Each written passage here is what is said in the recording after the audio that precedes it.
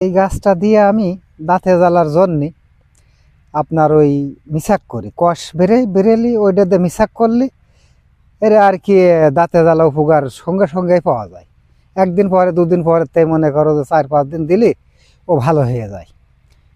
তাতে আমিও আরাম কষ্ট পাইলাম খুব, তাতে এটা নিয়েতে আমি ভালো হয়েছে আর কি।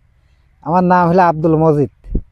এখন আমি যখন এই মাঠে আসা যাওয়াতে বাড়ি যে ভাত খাতে পারি না পারলে দেখি যে আর একটা গাছ আছে সেটা নিয়ে ভালো হইলো না, তো এই গাছটা মনে করলাম নিয়ে দেখি দিনই। তো এই গাছটা নেওয়ার পরে আমি মাঠে আসি, মিশাক করি, যাই 2বার দিন। তা সন্ধ্যায় চলে যাচ্ছি, মিশাক করি, আবার সকালেও মিশাক করি। করলে এই গাছটাই আমার ক্ষণেকের জন্য আর তাড়াতাড়ি আমার কি ভালো করে দিয়েছে দাঁতগুলো। আমি পানি খেতে পারতাম না, ভাত খেতে তো দূরের কথা। তারপরে নেওয়াতে আমার এই গাছে খুব উপকার করে দিয়েছে। তা গাছটা আমি খুব বিশ্বাসগত। এইটা হইল গিয়ে লাল চিতে কয়, এটা হলো লাল চিতে গাছ। ঝোপা ঝোপা ফল হয়, লাল ফল হয়, লাল ফুল হয়, আর ফল হয় সাদা ঝোপা ঝোপা।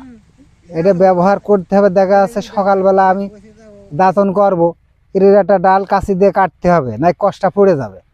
কাঁচি দিয়ে অস্ত্র দিয়ে কাটিয়ে মিশাক করলি তাড়াতাড়ি দ্রুত সারবে। ওই কষ্টা দাঁতের গোড়ায় লাগতে হবে, লাগলে ভালো হয়ে যাবে দাঁত। দেখা যাচ্ছে দাঁতে জ্বালা বেতা পানি ধরে, ও মিশাক করলে ভালো হয়ে যাবে। এই দেখেন এইভাবে এখন ধরে রাখতে হবে, রাখলে একটু কষ পড়বে। হ্যাঁ, কষ পড়লে মনে করেন যে কষটা দাঁতের গোড়ায় দিয়ে লাগাতে হবে। ঠিক আছে, কষ টপাটপ চলে আসছে আর আইছে।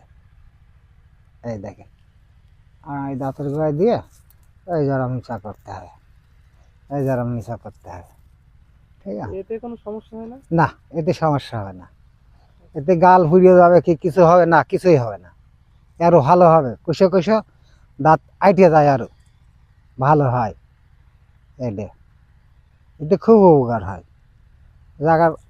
হ্যাঁ হ্যাঁ, তারা করবে, সমস্যা নাই।